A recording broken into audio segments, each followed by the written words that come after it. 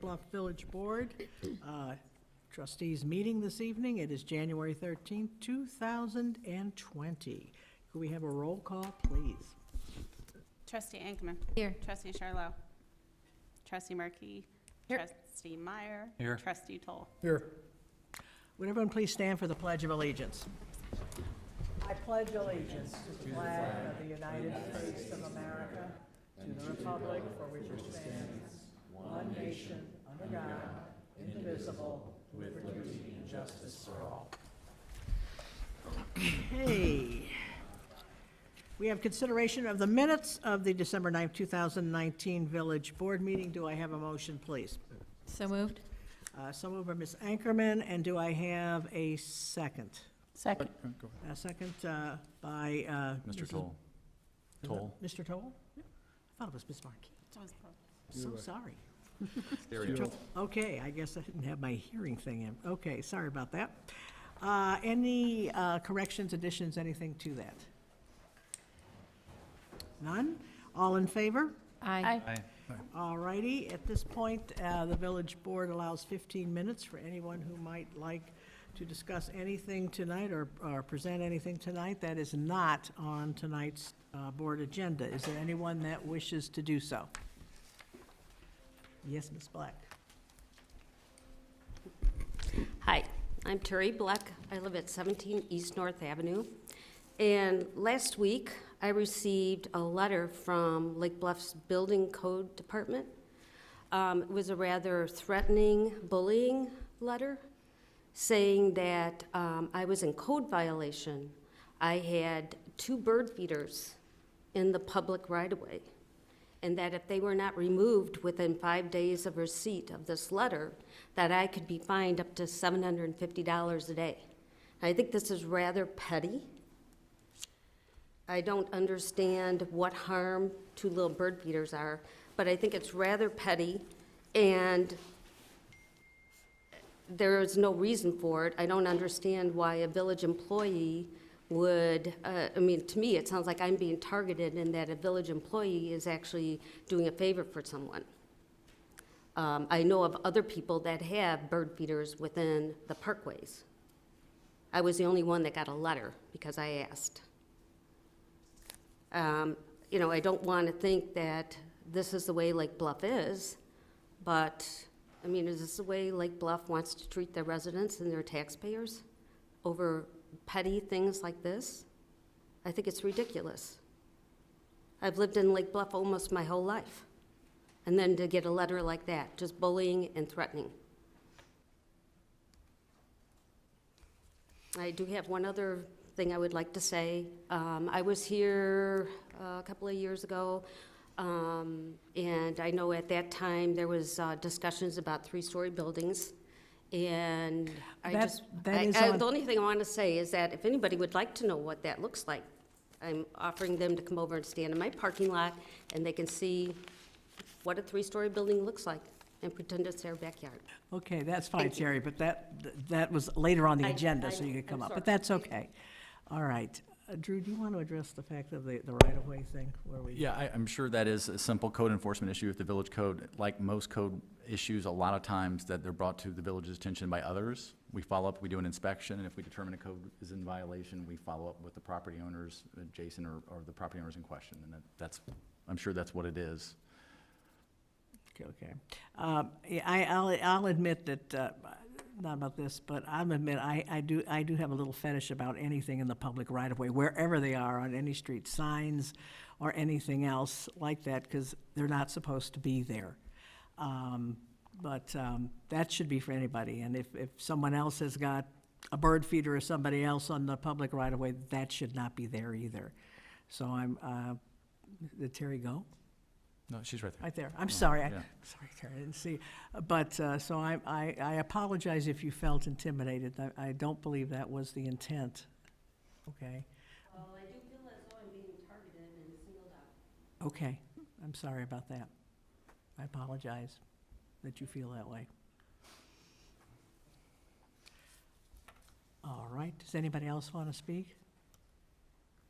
All right, at this point, I'm going to take the liberty of moving number 9 which is under the village president's report, and moving that up, which is the appointment and swearing in of Mark Dewart as a village trustee.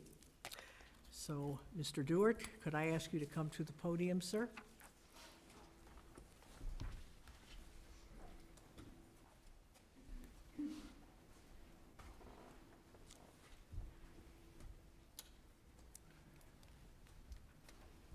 And would you raise your right hand? Okay. I, I, how about your name? Mark Dewart, Thank you. Having been appointed having been appointed to the office of village trustee to the office of village trustee in the village of Lake Bluff, in the village of Lake Bluff, in the county of Lake, in the county of Lake, aforesaid, do do solemnly swear solemnly swear that I'll support the Constitution of the United States, that I will support the Constitution of the United States, the Constitution of the State of Illinois, the Constitution of the State of Illinois. and that I will faithfully discharge the duties of the office of village trustee I will faithfully discharge the duties of the village trustee according to the best of my ability. according to the best of my ability. Thank you, sir. Thank you for coming back. Thank you.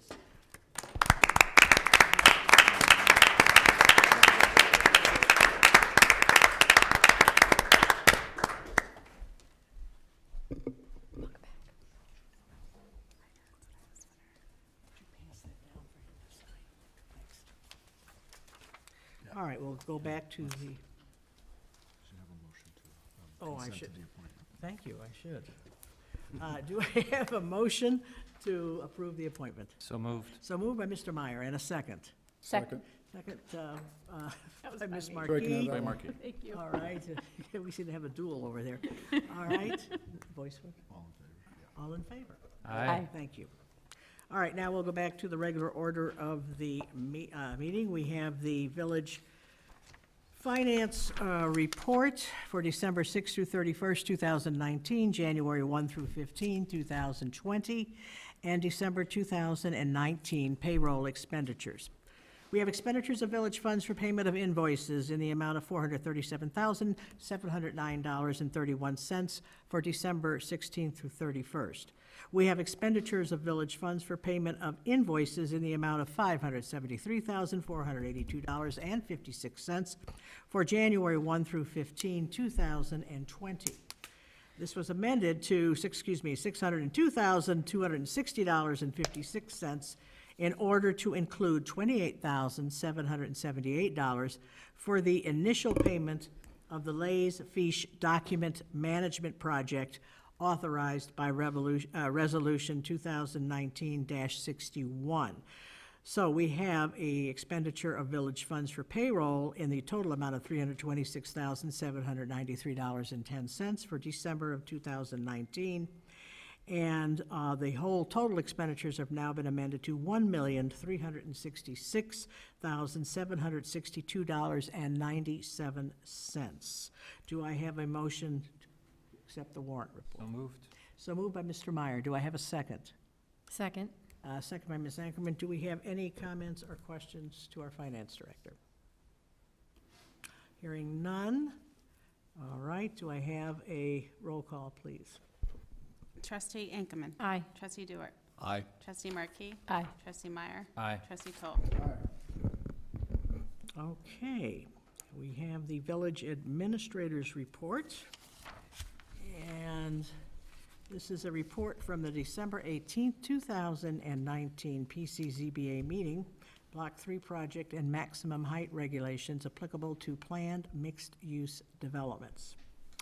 At its November and December meeting, the PCZBA conducted 2 workshops related to a proposed development to construct a 20-unit, 3-story condominium project at 120 East Scranton Avenue, also known as the former PNC Bank, and as Block 3 of the Central Business District. Under the village's current zoning regulations, the proposal would most likely be pursued by the applicant seeking a planned mixed-use development, PMD approval. However, the current PMD ordinances state that a PMD approval may not allow for the maximum height of any building or structure within the PMD to exceed 30 feet in height or to exceed 2 stories. To proceed as proposed, either a variation will need to be granted or this provision would need to be modified via a text amendment. The PCZBA indicated at the conclusion of its November workshop that it was difficult to make any type of recommendation on the proposed in light of the height restriction in the PMD regulations. Subsequently, members of the village board expressed their belief at the board's November 25th meeting that the PCZBA should, in fact, continue its evaluation of the proposal. The PCZBA thus took the proposal up again at its December workshop meeting. And at the conclusion of that meeting, the PCZBA took a straw poll and expressed the following items of consensus. The PCZBA supports the development concept proposal, and the village board should initiate an application for a text amendment and required public hearing to consider the removal of the maximum height limit standards from the PMD zoning regulations. Do note that member George Russell was not present at this PCZBA December meeting, but he indicated in writing prior to the meeting that he was not in favor of the proposed development or the removal of the PMD height restriction. Should the village board desire to initiate a text amendment on the height restriction, a public hearing could be held at the PCZBA's February 19th, 2020 meeting to consider the proposed amendment. Okay. Do you have anything that you want to add to that? I guess the only point of clarification I would offer is that the conversations were centered around the eliminating the height restriction and also the associated variation process for it, just to clarify. Okay, any comments from our lawyer? No, I will. I just ask if you have anything you want to say. Do you want me to go through the, should I do it? Wait. No, wait. I just want if you had any particular, okay. No, nothing else. Nothing else, thank you. At this time, I would like to have, if there's anyone that would have public comment from the audience on this issue before the board has a discussion. Would anyone like to speak? All right, this is the time to speak. Yes, ma'am, please come up.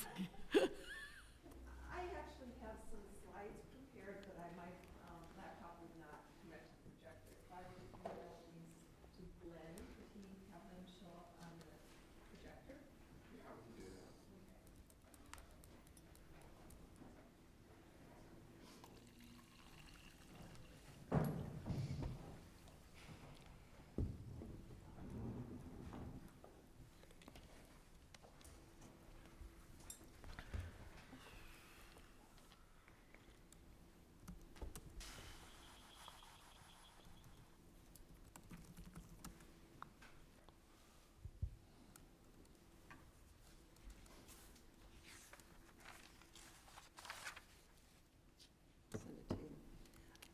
There was one thing that, okay, I should identify myself, Mickey Collins, 217 East Scranton.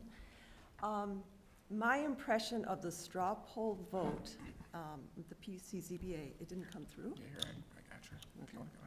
Go ahead. Was that there were some members that wanted to study it further. It wasn't necessarily that they all said they were in favor of it, with the exception of member Russell. I thought there were several members that they just wanted to see more. They talked about seeing a model and things like that. So the text was rather simple there. It said that they were all in favor of it. Having a little trouble, I apologize. It's not working here. If you have your laptop, we can try to. No.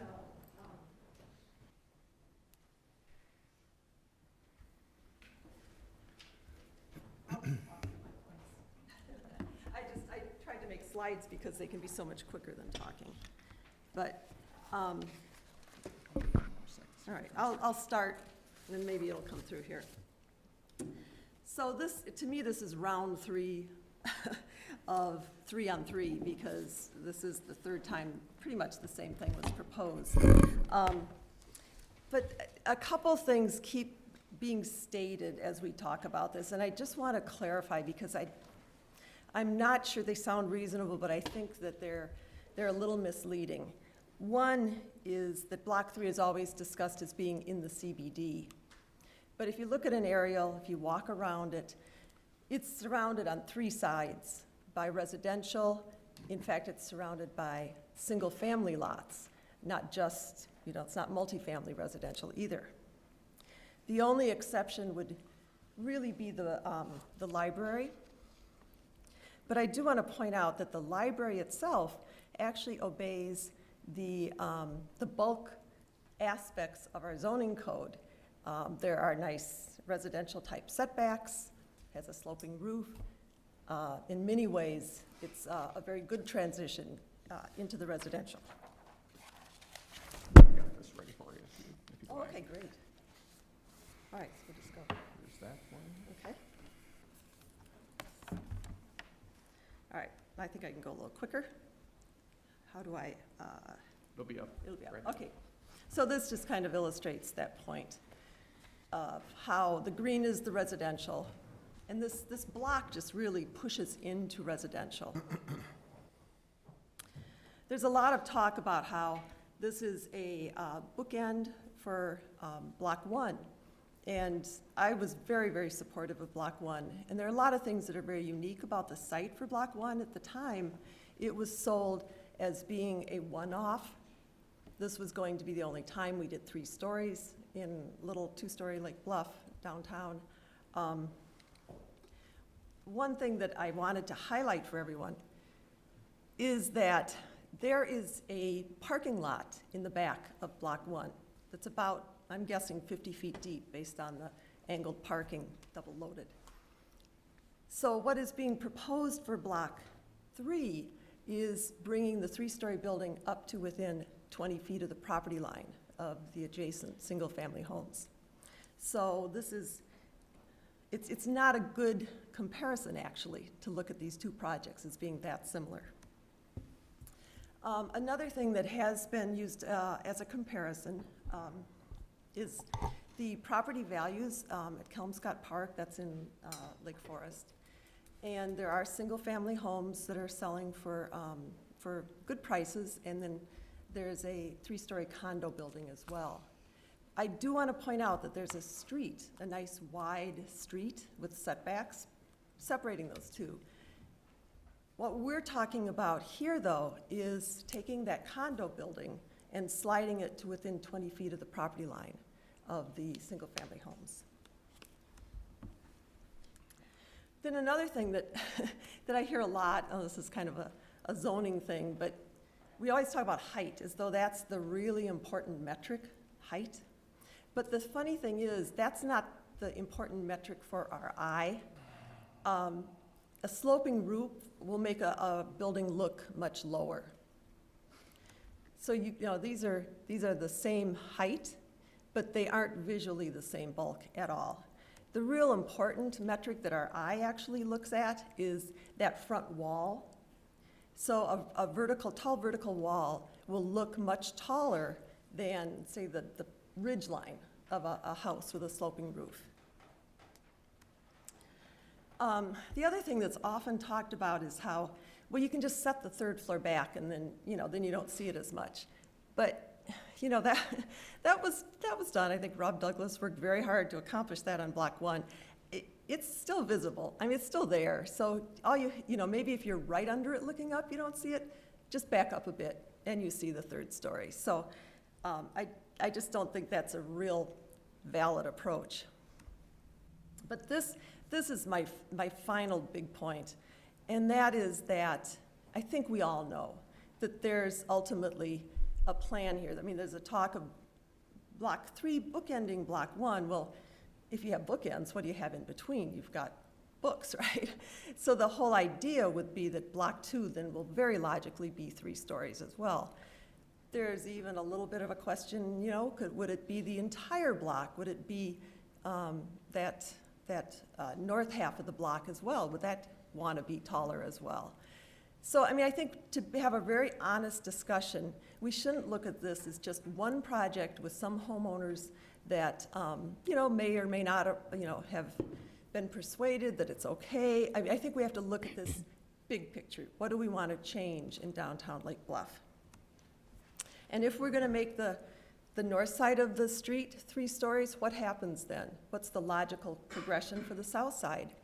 Now, Hinsdale, for instance, is a community with a 2-story central business district. They are very firm Nothing higher than 2 stories is allowed there. They have a very vital CBD, and they have a lot of buildings on the National Historic Register as well.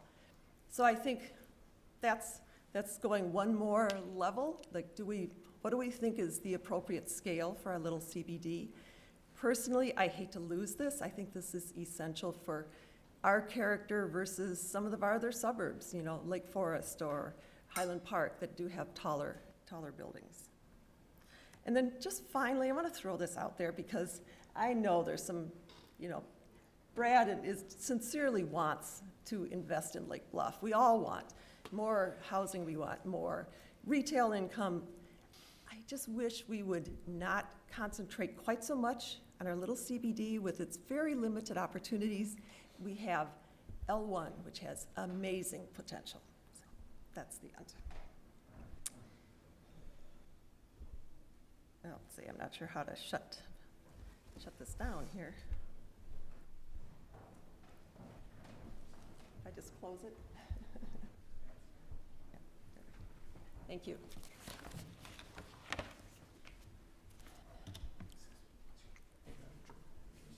Thank you. Is there anyone else that would like to speak? Kate?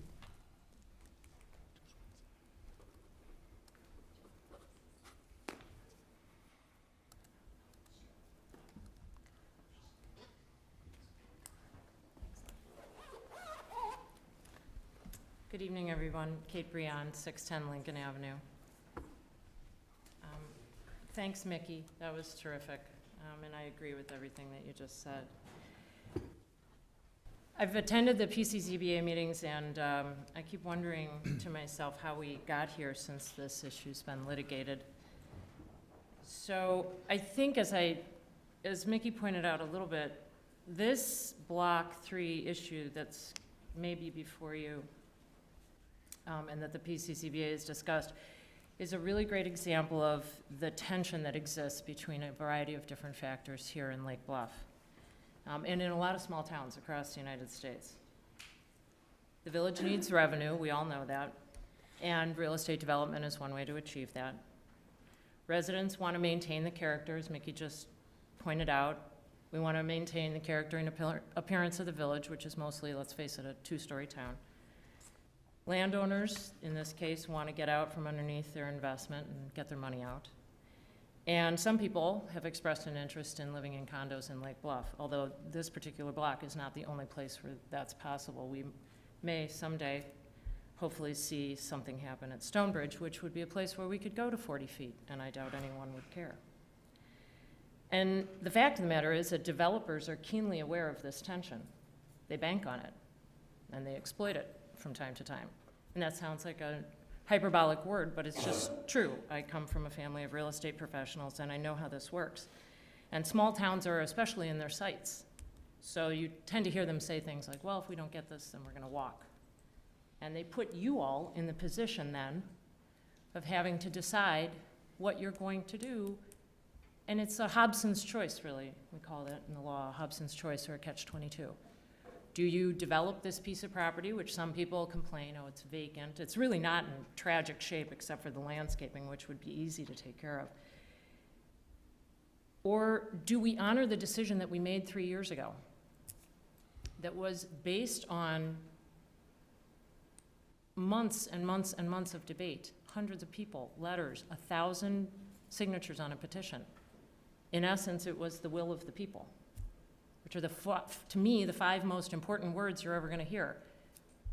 The will of the people. So really what's before you is a battle between these 2 issues. Development and revenue, and property owners wanting to get their money out, and what the people have said very clearly. Some of you were on this board at the time that this happened. You know it was crystal clear. And that's really your duty is to listen to what they've said and not go back and relitigate this. I understand that President O'Hara said that government doesn't stand still, but nor should it move backward.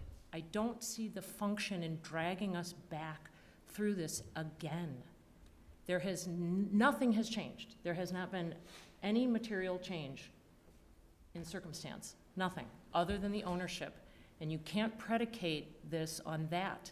Because if you were unwilling to do it then for that owner and that developer, you can't do it now for this owner and this developer without potentially exposing, in my opinion, the village to costly litigation. So to me, it's clear. The answer should just be respectfully no. I'm sorry. We are going to learn to live with the decision that was made in 2016. It was a good, reasoned, rational decision. And I urge you to stand by it and stand by, in essence, the promise you made to the people in 2016 that there would be no 3-on-3. Thanks. Does anyone else like to speak this evening? Yes.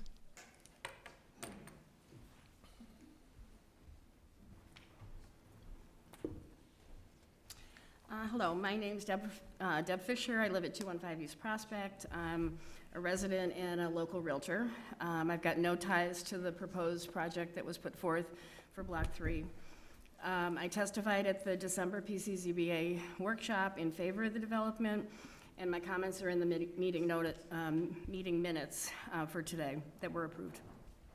3 points to make tonight regarding the height consideration. Number one, a question was raised at the December meeting. The question was, what has changed since the no 3-on-3 group successfully spearheaded the lowering of the height restriction for Block 3?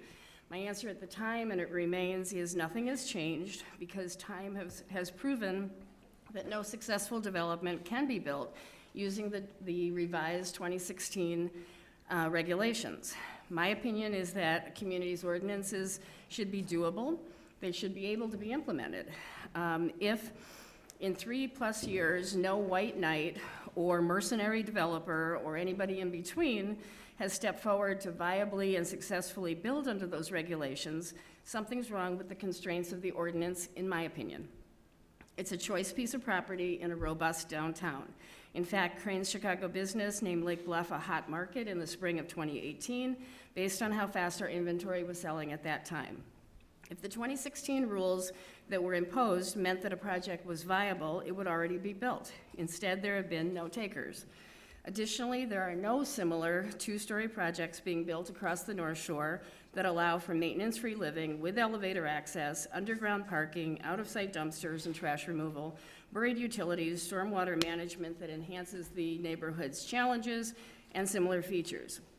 It's not a matter that can't just be done in Lake Bluff. It can't successfully be done in any North Shore or nearby community to the west.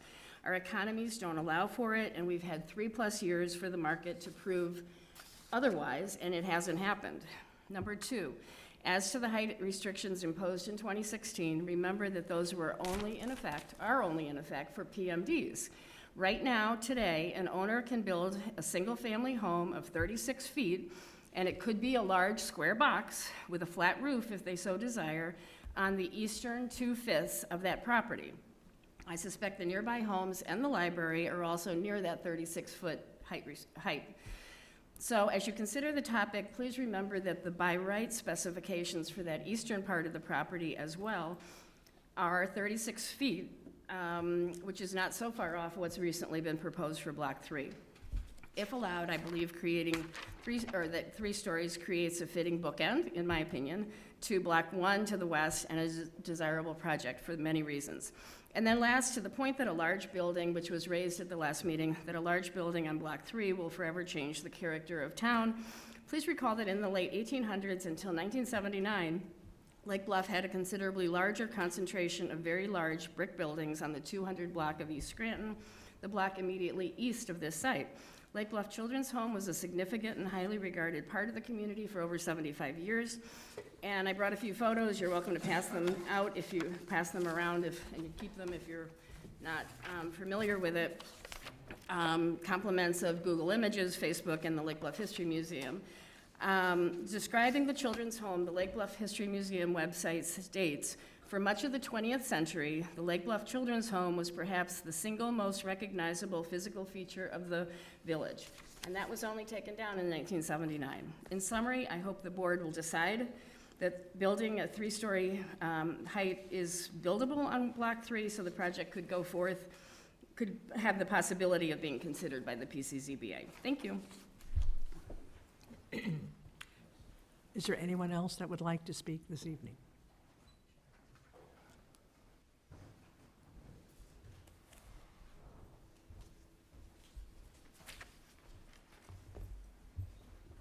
Good evening, Mark Stolzenberg, 16 East North. I've already submitted some written remarks, which I trust that everyone's read, so I'm just going to amplify those a bit. I'm also going to close this because there's a movie playing on it right now. Don't know what that was.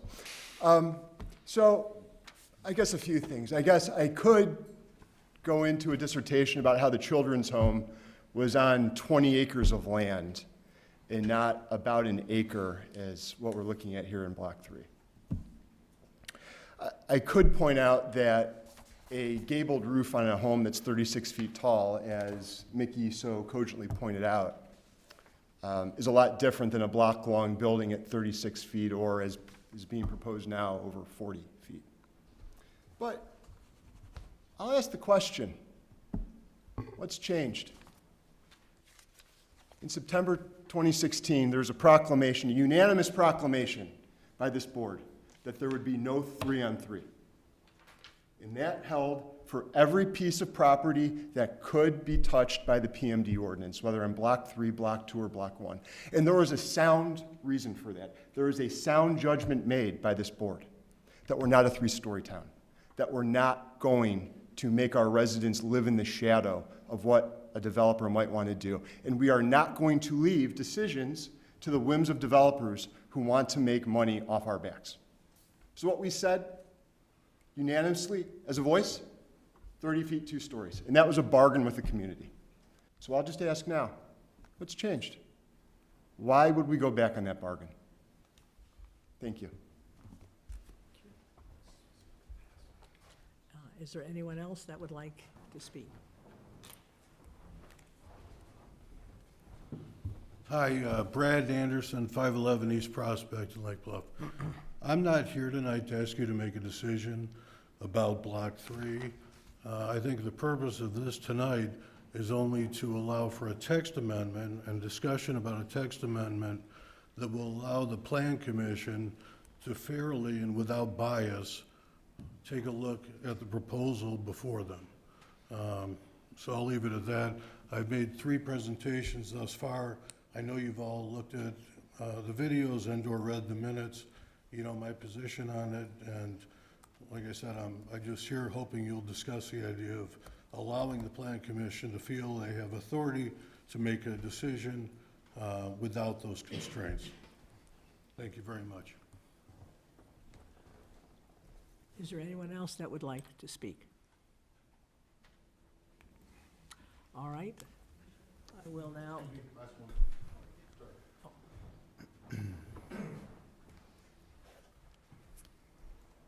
Porter Bogus, 221 East North Avenue. One thing that doesn't seem to be coming up too much is a related subject is there are nearly 400 seats available in between the brewery, Hansa, and any restaurants. There are 126 parking spaces in the village, non-ADA. And this development has no plans or anything that we've seen that actually addresses public parking. The library is short parking, and I think that should be brought into focus as well as any development. Thank you. Does anybody else have anything they would like to discuss? All right, I will now turn this over to the board. And someone want to start? I'm happy to go first. All we're doing tonight is to open up a discussion to a new plan by a new person and give a full and fair opportunity for everybody to be heard and to present their views. I believe that we should do that. This is a legislative body. This is not a court. So nothing has been litigated, and there is no res judicata, that's a legal term, or other preclusive effect to what we did in 2016. As a legislative body, we have an obligation to address changed circumstances and to hear new ideas.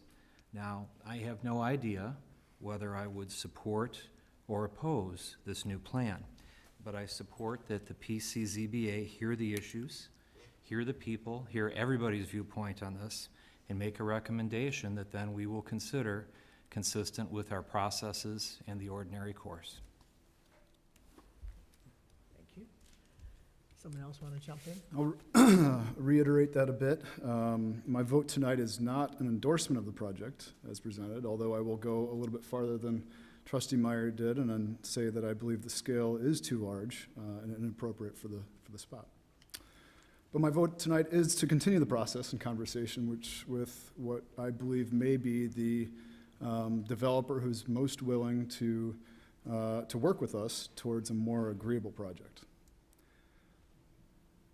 Having said that, if they're not willing to make the compromises that we think is appropriate for that site, we have no obligation to approve it. So I will be voting yes for the text amendment to continue the process. Sure. So I was not a trustee in 2016 when all of this was going on. So I went back, I watched some meetings. I definitely watched the PCZBA meeting in December and appreciate all the comments from residents.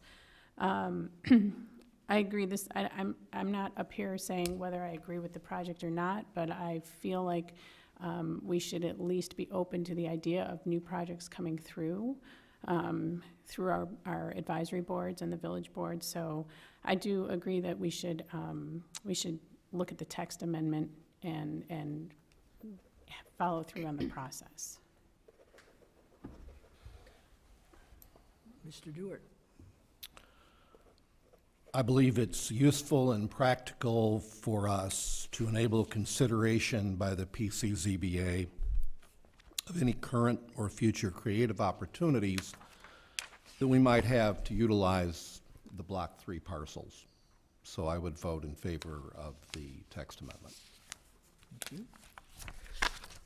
I'll go down to Ms. Ankerman, except that Mr. Charlot is not with us this evening, but he did send he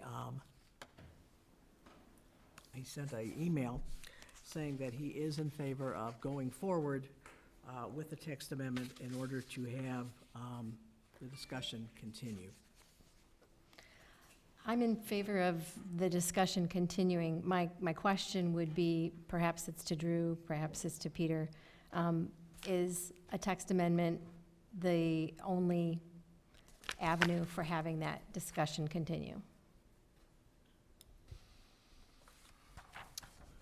Well, no, because there are a couple avenues opened to the PCZBA, well, to the applicant to submit an application. So they can go ahead and submit a zoning application to pursue their proposal seeking the current code, which has the variation process outlined in it. That's one alternative. Rather than the village board being the applicant or direct staff to initiate an application to amend the text of the PMD code to limit the height restriction and the associated variation, that the applicant could also initiate the same text amendment to continue the conversation. I think that's really it, yeah. But I think the PCZBA specifically asked it of the village board. I think you watched the video too. I did watch the video. I got the flavor of it, that they wanted the board to weigh in. To participate in the conversation early. Right. Well, I think we've heard that everyone wants to continue the conversation. I don't think any of us are interested in going backwards in terms of hearing some of the same objections that, we're all kind of saying, well, what's new and what's different?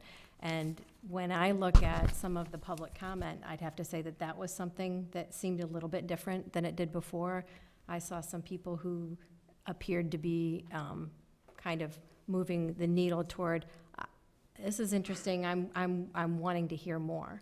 And if what it really takes to send a strong enough signal to continue that conversation and have everyone take seriously that this is something that It has potential. We're not deciding on it now. We're deciding that we want the conversation to continue. If the text amendment is what it takes, then I would be in favor of that. I think the thing that's different is that I'm hearing more people in favor of it, that this looks and feels a little bit different.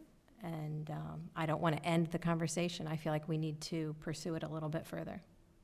Okay. All right, I'm hearing from everybody that at this point, you would like, and correct me if I'm wrong, would like to direct the administration to put an application into the PCZA for a text amendment. Am I hearing correctly? Yeah, and can I just clarify so the staff knows what that text amendment, proposed text amendment or applied for text amendment will look like? I assume we're talking about a text amendment and a public hearing on whether the height limitation and/or related variation requirements should be amended or removed from the PMD regulations. May I ask one more clarification question? If that were to happen, as a board, once that process goes through at the PCZBA level, what ability do we have to look at the whole project, everything, and say, we like this or we don't like that? So the board would be the applicant for the text amendment. So the board would have a separate vote on the text amendment, apart from the proposed development, which is a separate application. Right, right. So one, it would be two different votes. Understood. And two, just to clarify, the fact that you're initiating a text amendment does not in any way restrict how you ultimately vote on the actual text amendment. But our powers as a board could still say that, you know, after we do the text amendment and after the developer goes through all the processes of, you know, the preliminary plan and, you know, all these different steps, we as a board still have the ability to say it's not acceptable in terms of whatever we decide is acceptable or not acceptable. It is a separate, that is a separate legislative determination. You have a lot of discretion with regard to whether or not to grant a PMD, and if you do grant one, the conditions and restrictions that are part of that approval. Right, so the fact that we've taken this text amendment and said the third story's out, the 30 feet is out, it doesn't mean that we don't have power to say we want this or we don't want that. We still have powers, you know, bumpers to say. It's not like they can, as of right, do things. It's still part of a PMD that has to be approved and looked at in detail and evaluated as a whole. Correct. Satisfy standards under the special use permit. Exactly. So we're not giving away everything. What we're doing is we're allowing a process to continue. And it sounds like everybody would like to know a little bit more about what it might look like. We've got some initial things, and we're kind of interested. We're not saying yes, but we don't want to say no. We want to say, let's see what it looks like. That's what I feel. I shouldn't say we. That's what I feel. Okay. And perhaps to sum this all up, Peter, tell me if this is a correct statement. What we are doing tonight in no way undermines our having the full power to say no to this plan, whatever it is. Correct. Or any future plan. Correct. Okay. With that said, then do you have where to go with that? So we need a motion and a second. All right, do I have a motion, please, to direct the administration to put an application in for a text amendment? As described. As described. So moved. So moved by Mr. Toll. Have a second? Second. And second by Mr. Meyer. All in favor? Aye. Okay, Any thank you. opposed? Any opposed? Any opposed? All right, we will move on now to your third item on your report, which is a report from the Yeah. Lake Bluff Police Department. And just one, in case there's big fans of the Lake Bluff Brewery and Espresso Wine Bar here tonight to witness the awards ceremony, the gentleman representing the Congress for New Urbanism Illinois chapter here was to actually present awards to Prairie and Lake Bluff Brewery, came down with the flu. So unfortunately, we're punting this to the next village board meeting, so that's the 27th, so the evening of the 27th, so. Okay. See, there's a big crowd leaving because they're disappointed that Not having that. But then the third item is a report from the Lake Bluff Police Department regarding an agreement with Ring Home Security, and I think Sergeant Vincent's gonna come up. And I provided a memorandum in the board about this for you all, but I think Sergeant Vincent can cover it really quickly. Tell me when you're ready, Sergeant, and I'll.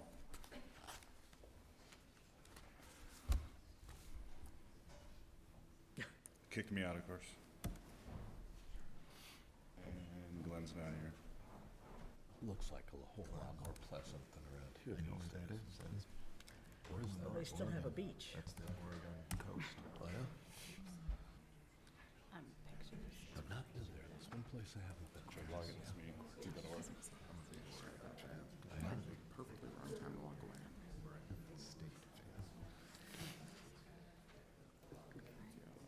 Pull it up on YouTube and get out. Yeah, you say Internet Explorer only works, right? Okay. Hopefully that won't take too long to load. A few months ago, Chief asked me to look into the partnership with Ring. Basically, it's a new program. We're Ring/Amazon. They wanted to develop an app to kind of utilize their devices in a more useful way and coordinate with police. So they developed what's called Neighbors by Ring. You don't have to have a Ring device to download the app. It's available to anybody who wants to download it. It's free to download. This entire program's free on our side too. So once this loads, we can see a quick video, but I can give you a quick overview of it. Basically, there's three components of the app that help us kind of engage with the community. The first one is there's a forum where anybody can upload video, anyone can comment. It's all anonymous for the residents of the village. The nice thing there is when we reply back, we're the certified officers. So actually we'll say Sergeant Vincent replies. So it kind of builds that more one-on-one relationship with everybody. We see using that kind of like we do the Facebook page now. We can let out, we have flooding under the viaduct, please avoid the area kind of thing. The next component is when residents upload videos themselves.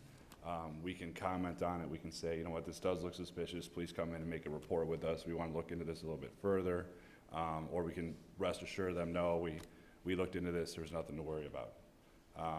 The coolest feature of the app is the third feature, which will allow us to actually send out a notification to any Ring owner in the village. If we do have an incident, some kind of, crime, let's say we have a residential burglary in the 200 block of Center, we can set actually a geographical limit, send out a quick message to everybody describing what we're looking for, and they'll actually get a notification right on their phone Keep going.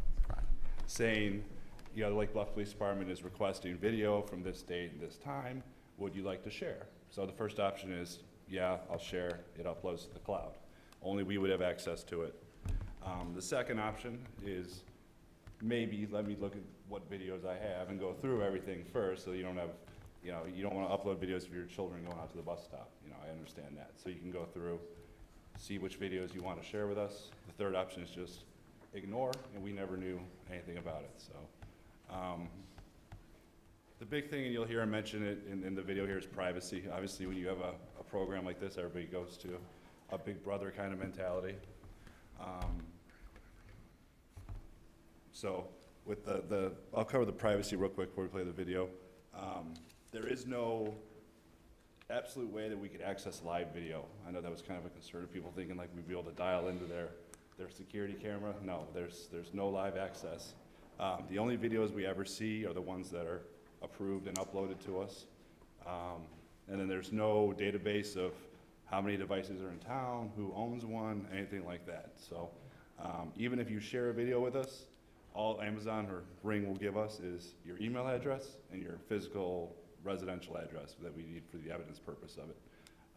They don't even give us your name. We have to go and figure that out on our own. So we can play a quick.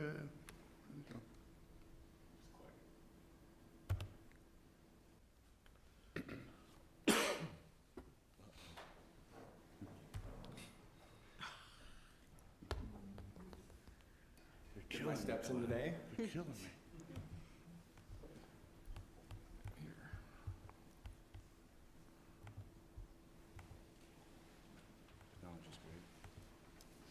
Love it while it works, right?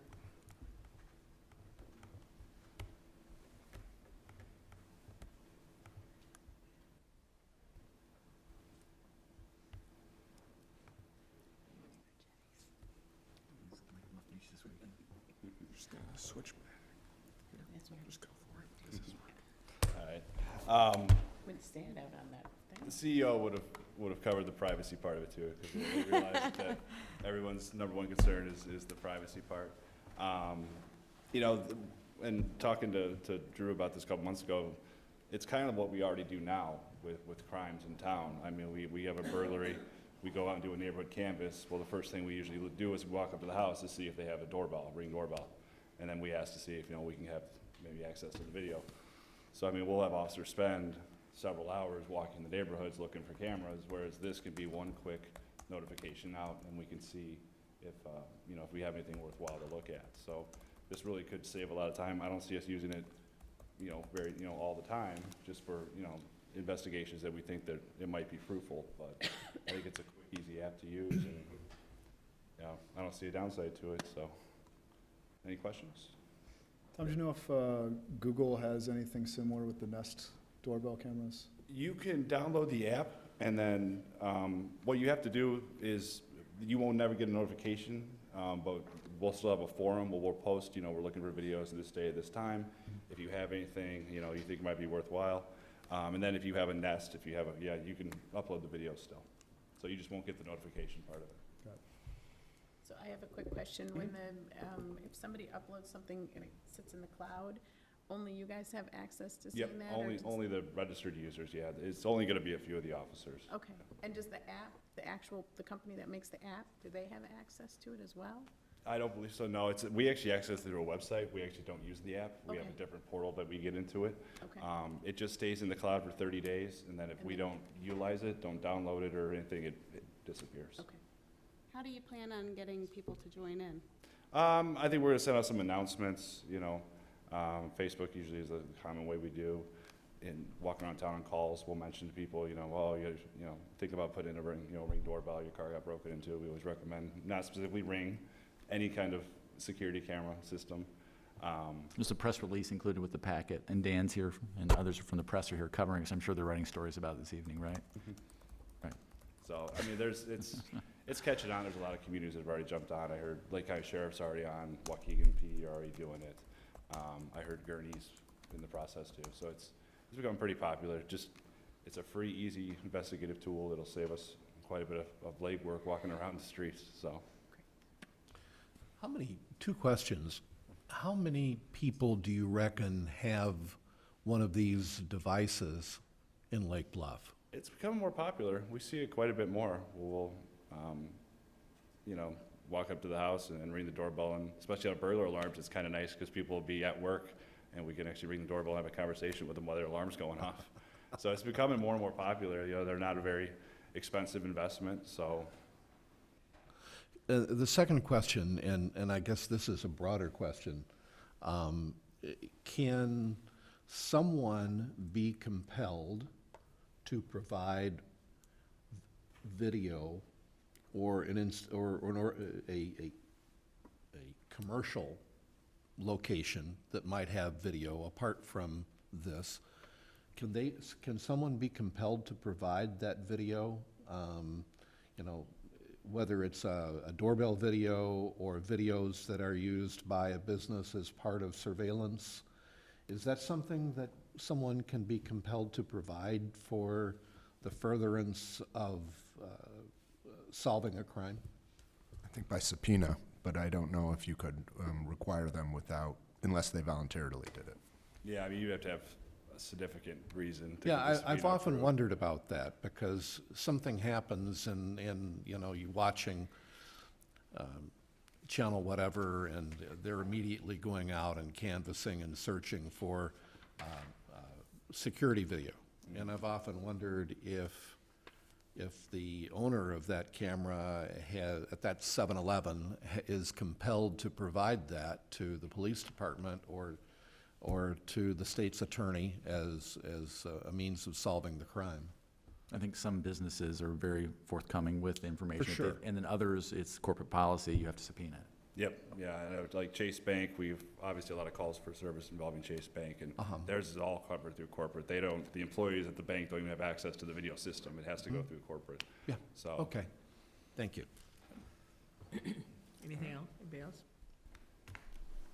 There is an element of crime prevention with the Ring doorbell, and we don't endorse Ring, we don't sell them. I personally have one, and I think it's terrific, but once you see it, and you can see them at night, there's a blue ring when you look at it at a door, I think it keeps people that are in that kind of business away from it. So I think it's an important piece of crime prevention. We actually had a resident send us a video of a teenager running up to his front door and went, "Oh, bleep, they have a ring." And he turned You could sell it to Amazon for advertising purposes, but yeah, it does deter people when they see it, so. Okay. Thank you. No, thank you. Okay, all right. That's all I have. That's all you got? All right.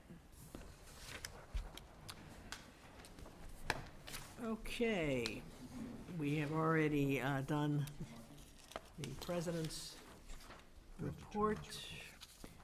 Let's see, excuse me, what am I looking at? The village attorney, I know, I don't want to forget you. You have something to say tonight? I do. No reports. Okay, please do. I do have a village attorney's report tonight. I just want to report, we had a presentation seminar that we put on for all of our police departments, police chiefs, and their chief deputies, et cetera, regarding the enforcement and enactment and effective of the recreational cannabis statute. And it was very well attended. Your chief was there as well, as chiefs from all of our clients from many different parts of Northern Illinois. We talked about, and this was, the important thing to know is this was from towns both who had allowed dispensaries or cannabis businesses within their boundaries and those that had prohibited, because regardless, there are enforcement issues. The local communities still have to enforce use and possession rules. There are employment issues. And so we opened it up. We did provided a lot of information. I thought we got some great feedback from the officers who were there, all complimentary to our clients and to the chiefs that were there. So I just wanted to thank, first of all, the chief for being there that morning, and also to let you know that we had done that and that we had a real good conversation, and your police department is very on top of the situation. Okay, thank you very much. Thanks. What I'd like to do, which is, I should have done it the first when I swore Mr. Dewart in. As trustee, I'd like to read this. On December 9th, 2019, President O'Hara announced that village trustee Eric Grenier needed to resign from his position as village trustee due to a move out of town. Because the remainder of trustee Grenier's unexpired term is less than 28 months, Illinois law provides the village president must appoint someone with village board consent to fill the vacancy for the unexpired portion of the term, which will end April 30th, 2021. Mr. Dewart has previously served as village trustee from 2011 to 2019 and finance committee chairman. He has served on numerous local boards and committees, including alternate director to the Central Lake County Joint Action Water Agency, commonly known as JAWA, village board liaison to the multi-jurisdictional fire EMS service task force, chair of the village's Quas-Qui-Centennial Celebration Committee, administrative board president and trustee of Grace United Methodist Church, president and board member of the Lake Forest Lake Bluff Rotary Club, board member of the Lake Bluff History Museum, chairman of the Gorton Community Center and Foundation, president of the Lake Bluff Community Development Association, and Lake Bluff's representative on the Lake Bluff Senior Resource Commission. In conjunction with this appointment, President O'Hara has asked Trustee Dewart to return to his role as the alternate director to the Central Lake County Agency. But I just wanted to know the qualifications of Mr. Dewart. All right, we are now back to the regular portion of the agenda. Acceptance of the correspondence. All correspondence. All part of the consent, right? Oh, yes. We have acceptance of the correspondence. We have an ordinance appointing a director and alternate director to represent the village on the Central Lake County Action Committee, and we have the second reading of an ordinance amending Title I of the Municipal Code regarding the comprehensive fee schedule. Do I have a motion to accept the consent agenda? So moved. So moved by Mr. Meyer. Do I have a second? Second. And second by Ms. Markey. Any comments or questions? Hearing none. All in favor? Aye. Roll call, please. I think on this one, roll call. Trustee Dewar. Aye. Trustee Markey. Aye. Trustee Meyer. Aye. Trustee Toll. Aye. Trustee Ankman. Aye. Just one note, President O'Hare, if I may. The number 11 on the agenda is the appointing of Trustee Dewar to and yourself back to the CLC Jawa Agency Board. That item by the village's intergovernmental agreement with CLC Jawa requires that to be an ordinance, which requires 2 readings to be passed. That's something that could be waived. I if you- move to waive second reading, please. Second. All right, move second. Do I have a second? Yes, second. Second, Mr. Toll. Comments, questions? We have to roll call on this one? Yes, roll call, please. Trustee Markey. Aye. Trustee Meyer. Aye. Trustee Toll. Aye. Trustee Ankman. Aye. Trustee Dewar. Aye. All right, we have item number 13 on our agenda, which on January 8th, 2018, which is for a resolution amending the village's backyard beekeeping pilot program regulations. On January 8th, 2018, the village board approved 2 pilot programs to authorize the keeping of chickens and beehives on residential properties within the village as a pilot program ending March 3rd, 2021. At present, there are 2 chicken permittees and 0 bee permittees within the village. There have been no reported issues with either chicken keeping permits. After 2 years of experience administering and overseeing the program, staff and the Sustainability and Community Enhancement Ad Hoc Committee, SEC, recommended 3 minor changes that would apply to both programs. Application fee. The administrative time necessary to process a renewal has proven to be minimal. The amendments would establish that the fee is only for initial applications and not for renewals. Form of notice. The pilot programs were unique in that they direct the owner to send notice via certified mail of the public meeting for the permit they are seeking. Verifying that these letters are proper as to form and are sent properly has proven more time-consuming than the village sending letters using its existing systems and workflows. Amendments would have the village mail notice by first-class mail in the same manner as other reviews at public meetings.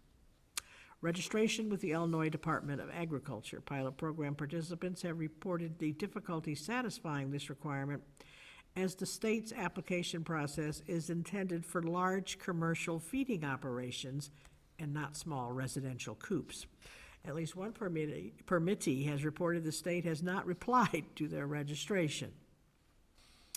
The amendments would eliminate the registration requirements for the chicken program. For the bee program, which is subject to mandatory registration under state statute, the permittee would only need to demonstrate that a registration was submitted. As the pilot programs expire on March 1st, 2021, both the SEC and the village administrator recommend the village board discuss next steps after the conclusion of the pilot program period.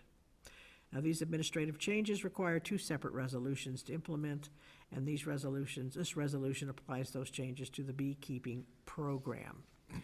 All right, do I have a motion to approve? So moved. So moved by Mr. Toll. Do I have a second? Second. A second by Mr. Dewart. All in favor? Aye. Okay, thank you. We now have number 14, which is the resolution amending the village's backyard chicken pilot program. January 8th, 2018, the village board approved 2 pilot programs to authorize the keeping of chickens and beehives on residential properties within the village as a pilot program ending March 1st, 2021. At present, there are 2 chicken permittees and 0 bee permittees within the village. All right. I don't see there's any change with this either, is there? No, ma'am. This is exactly what I read before, so keep it time elements, do I have a motion to approve? So moved. Okay, is so moved by Joy Marquis. Mrs. Marquis. Do I have a second?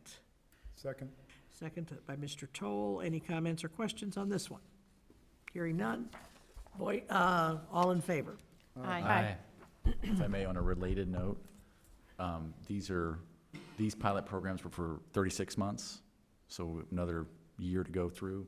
The short-term rental pilot program was a 2-year window. That'll end come April of this year. So we'll be setting a committee of the whole meeting to have a conversation about that, which I'm sure you're all eager to do, yes. Thank you. Yep. A resolution approving a site plan to add exterior cladding to beams at the Lake Bluff Library at 123 East Scranton Avenue. Library has had a problem with water leaks along the beams on the Lake Bluff History Museum side of the building. These beams begin above the roof and run downwards into the building. The water infiltrates into beams outside and then travels down the beams into the building. Egbert Anderson Architects has designed a remedy that involves cladding the exterior portions of the beams with pre-finished aluminum, with the coping on the top to be slate gray in color, with the fascia on both sides and bottom to be mansard brown. This item was reviewed by the Architectural Board of Review, ABR, at their meeting on January 7th, and the ABR voted 6-0 to recommend the village approve the site plan. Do I have a motion to approve? So moved. So moved by Mr. Dewar. Do I have a second? Second by Mr. Meyer. Are there any comments or questions or anything? Thank you very much, sir. I've already lost several antique hats, and I appreciate this. All right. Okay, so roll call, please. Trustee Meyer. Aye. Trustee Toll. Aye. Trustee Ankman. Aye. Trustee Dewar. Aye. Trustee Markey. Aye. Okay, thank you. Thanks for coming. All right, a resolution approving a site plan to expand a parking lot and add landscaping at 999 Sherwood Drive. The Animal Hospital of Westlake Forest is proposing to move into one of the 2 buildings on the Smedbow property at 999 Sherwood Drive. The village board conditionally approved the special use permit for the Animal Hospital at its November 25th meeting. This approval contemplated future ABR consideration of exterior modifications to include a garbage enclosure. At the January 7th Architectural Board of Review, Dr. Brian DeFuccia presented plans for building alterations and a garbage enclosure, not a rooftop HVAC unit screening, parking lot expansion, and landscaping. After discussion, the consensus was that he would revise the plans for building alterations, garbage enclosure, and havoc screening, and return for approval at those at a later date. Signage would also be submitted for review at a later date. ABR voted 6-0 to recommend the village board approve the site plan for the parking lot expansion and landscaping. Do I have a motion, please? So moved. So moved by Ms. Ankerman. Do I have a second? Second. A second by Mrs. Markey. Any comments or questions regarding this? Hearing none, roll call, please. Trustee Toll. Aye. Trustee Ankman. Aye. Trustee Dewar. Aye. Trustee Markey. Aye. Trustee Meyer. Aye. Okay. All righty, we now turn over, does anyone, trustees, have a report for this evening? As the new guy, Sort of. sort of. In my sort of other life now, as chair of the 125th Committee, which is still a lot easier to say than Quasquicentennial, I was pleased to see the police department with their new badges. If you missed the announcement, they're wearing commemorative badges in recognition of the 125th anniversary of the village of Lake Bluff. I think that's pretty darn cool. So I would also, as long as I've got the pulpit, I guess you'd say, I'll let you know, and everyone who's watching, that within the next few weeks, you will be getting in the mail a calendar suitable for framing or placement on your refrigerator with the rather full agenda of all the activities that will be going on during 2020 to celebrate the village's anniversary. And notably at the end will be the Follies and the birthday bash. We're sort of rebranding it. Rather than just calling it a birthday party, it's going to be a great birthday bash fireworks and food and beverage and games and lots of music. So, thank you. And thank you for the opportunity to serve once again. Thank you for volunteering to do this. You sometimes wonder why, I know. Okay, at this, I did thought the badges looked different tonight on the police department. Okay. I propose that we go into executive session to discuss personnel and actual litigation. Do I have a motion? So moved. Second. Thank you. All in favor? Roll call. Roll call. Okay, let me see that. Trustee Ankman. Aye. Trustee Dewart. Aye. Trustee Markey. Aye. Trustee Meyer. Aye. Trustee Toll. All right.